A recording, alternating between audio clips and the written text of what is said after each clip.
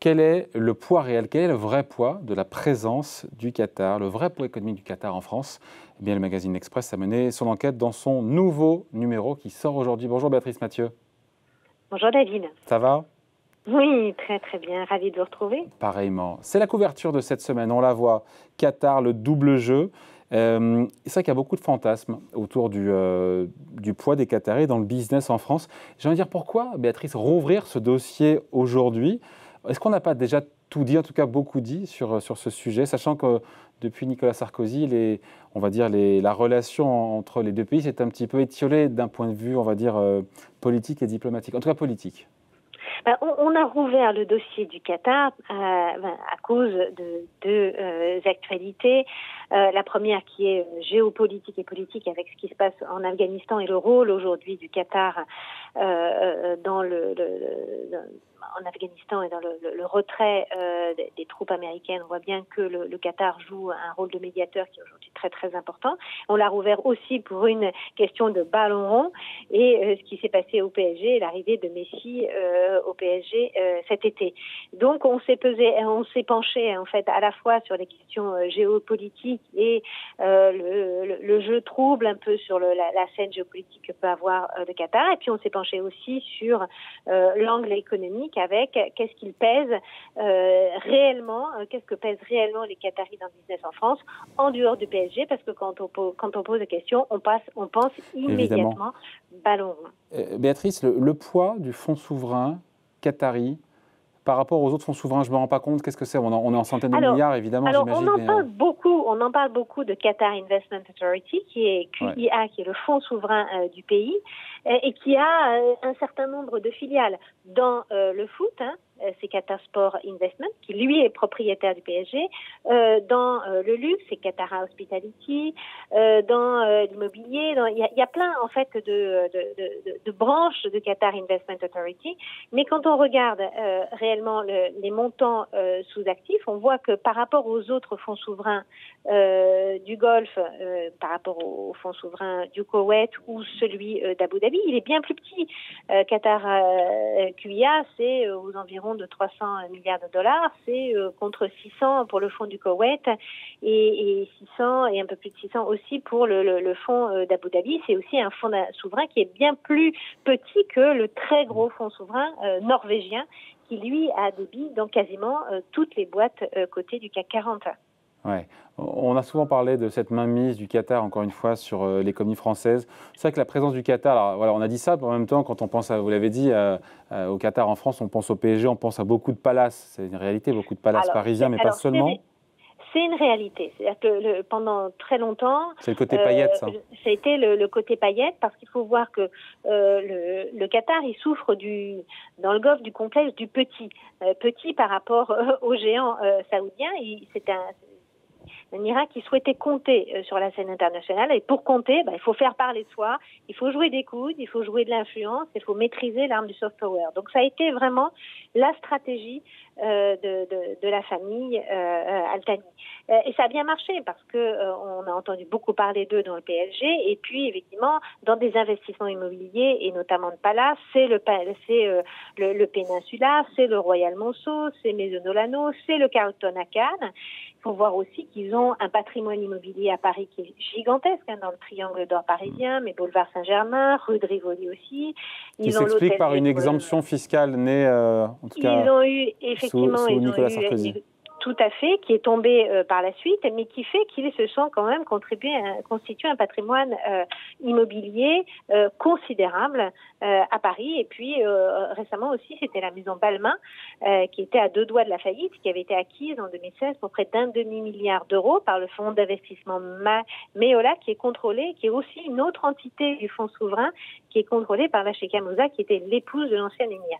Donc il y a ce côté-là très, on pourrait dire prestige, ballon rond et paillettes. Et puis après, il y a des investissements que QIA a fait directement dans le capital des boîtes françaises. Le Qatar est au capital de pas mal de grosses boîtes du CAC 40, Veolia, je crois qu'ils sont sortis de Veolia pour le coup, non? Alors voilà. Donc, parce qu'il y a Veolia, Vinci, Lagardère, voilà, Total et premier actionnaire d'Accor. Voilà, donc il faut voir, en fait, il y a eu 2 phases dans la présence qatari en France. Une phase d'expansion très forte sous Nicolas Sarkozy, qui ne cachait pas, en fait, sa proximité et ses liens avec l'émir du Qatar. Et donc, ils sont devenus, à ce moment-là, ils sont devenus actionnaires de Veolia, de Vinci, de Total, ils sont montés chez Lagardère et chez Accor. Et puis, depuis 2-3 ans, alors les relations diplomatiques se sont gelées sous François Hollande, sont devenues sont un peu dégelées sous Macron, mais n'ont rien à voir avec ce qui se passait sous Sarkozy. Et puis, progressivement, les Qataris qui ont réussi à avoir ce soft power au niveau mondial, sont un petit peu sortis du CAC 40. Ils sont sortis de Veolia. Ils ont diminué leur part dans Vinci. Ils ont un peu moins de 5% de Total. Dans le conflit Lagardère, ils ont regardé un petit peu siffler les balles entre eux. Ils voulaient s'antagoniser avec personne, entre d'un côté Arnaud Lagardère, de l'autre côté Bolloré. Ils étaient quand même assez proches aussi de LVMH, donc ils n'ont pas joué un rôle très si important que ça en fait dans le conflit Lagardère. Là où ils restent encore très prépondérants, où ils ont un rôle actif dans la stratégie de l'entreprise, c'est Accor, où ils ont plus de 17% des droits de vote, ceux qui ont fait le premier actionnaire privé. Quel type d'investisseur, Béatrice, quel type d'investisseur c'est le Qatar? C'est pas un activiste sans doute. Alors, ils ont une vision Ils ont une vision patrimoniale des choses? Ils ont une vision totalement patrimoniale. Ce sont des investisseurs très prudents. Ils prennent en général entre 5 et 10% du capital d'une entreprise. Ils demandent quand même un siège au conseil d'administration pour voir ce qui s'y passe, mais ce ne sont pas des activistes. Ils ne sont pas là à demander à vraiment avoir le pouvoir. Ils ne veulent pas. Et d'ailleurs, la seule fois où ça s'est passé, ce fut avec Cegelec. C'était une entreprise de services dans l'énergie en 2008. Et l'affaire a tourné vraiment au fiasco. À quoi ils se sont retirés un an après de Cegelec. Donc aujourd'hui, les investissements qataris en France restent très importants dans l'immobilier, dans le luxe à travers les palaces. Mais on peut dire que sur le côté industriel, ils sont plutôt en train de réduire la voilure. Donc la France est moins prioritaire pour le Qatar aujourd'hui? Tout à fait. La France est moins prioritaire. Ça l'a été beaucoup. C'était vraiment dans le top 5 des pays sur lesquels ils voulaient investir. Aujourd'hui, ils regardent davantage vers les États-Unis, davantage vers l'Asie, et surtout quand il y a des investisseurs qui viennent les voir pour leur dire voilà, il y a telle boîte, eh bien ils disent ils regardent, ils disent qu'ils sont quand même presque surpondérés, pour reprendre un langage financier, donc surpondérés en France. Ils disent nous on préfère que vous venez investir chez nous. Ça c'est drôle, ça, on est à front renversé. Voilà, c'est plutôt à franc renversé. Il faut voir que quand on investit chez eux et quand on investit notamment dans les secteurs industriels, il y a quelque chose qu'il faut accepter, c'est le transfert de technologie et de compétences. Un petit mot juste, on parlait des grands fleurons français du CAC 40. Ils mettent des billes aussi dans quelques ETI, ça et là, ou pas? Alors, il y a eu une expérience qui avait été lancée d'ailleurs sous Nicolas Sarkozy, qui avait été finalisée en 2013 sous Hollande, qui était un fonds d'investissement qui a été lancé en partenariat au départ avec la Caisse des dépôts, qui a été transféré ensuite à BPI, de 300 millions d'euros.